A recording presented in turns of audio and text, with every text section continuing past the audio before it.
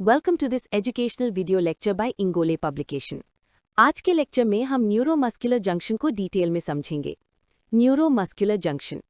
Neuromuscular junction वो specialised connection होता है जहां मोटर न्यूरॉन और स्केलेटल मसल फाइबर एक दूसरे से इंटरैक्ट करते हैं। इसी जंक्शन के थ्रू नर्व इम्पल्स मसल तक पहुंचता है और मसल कॉन्ट्रैक्शन स्टार्ट होता है।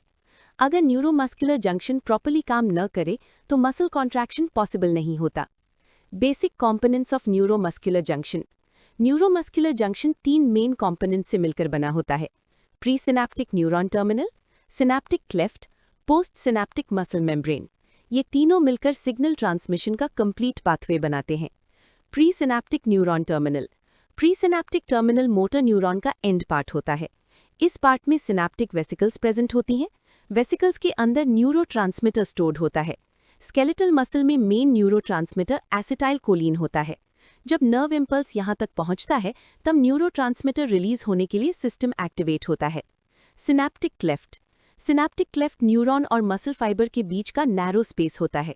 इस स्पेस में एसिटाइल कोलिन रिलीज होता है। न्यूरोट्रांसमीटर डिफ्यूज करके मसल मेम्ब्रेन तक पहुंचता है।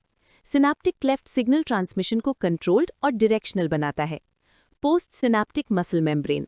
Post synaptic membrane muscle fibre का स्पेशलाइज्ड एरिया होता है जिसे मोटर एंड प्लेट कहा जाता है। इस मेम्ब्रेन पर एसिटाइल कोलिन रिसेप्टर्स प्रेजेंट होते हैं।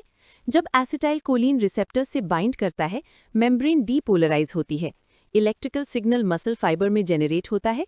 यही सिग्नल आगे चलकर मसल कॉन्ट्रैक्शन को ट्रिगर करता है। Sequence of events at neuromuscular junction.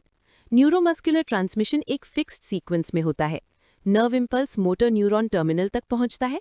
Acetyl choline synaptic cleft में रिलीज होता है।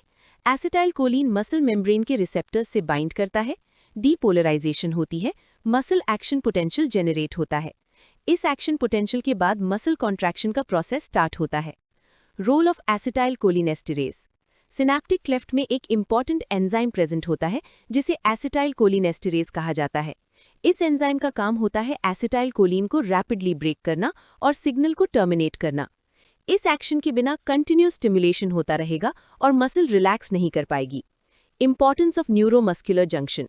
न्यूरोमस्कुलर जंक्शन इंश्योर करता है कि नर्व सिग्नल मसल तक एक्यूरेटली पहुंचे, कॉन्ट्रैक्शन कंट्रोल्ड और प्रिसाइज हो, अनवांटेड कंटिन्यूस कॉन्ट्रैक्शन ना हो।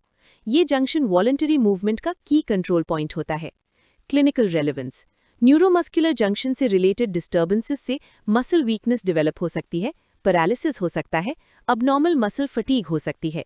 कई ड्रग्स और टॉक्सिन्स डायरेक्टली न्यूरोमस्कुलर जंक्शन पर एक्ट करते हैं, इसलिए इसका फिजियोलॉजिकल अंडरस्टैंडिंग बहुत ज़रूरी होता है। That completes today's topic. अगर ये वीडियो लेक्चर आपको हेल्पफुल लगा हो तो लाइक करें और अपने फ्रेंड्स के साथ शेयर करें। और अगर आप किसी अदर सब्जेक्ट या स्पेसिफिक टॉपिक पर लेक्चर चाहते हैं तो कॉमेंट सेक्शन में हमें ज़रूर बताएं। Thank you for watching this educational video lecture by Ingole Publication. Keep learning, stay consistent, and see you in the next video.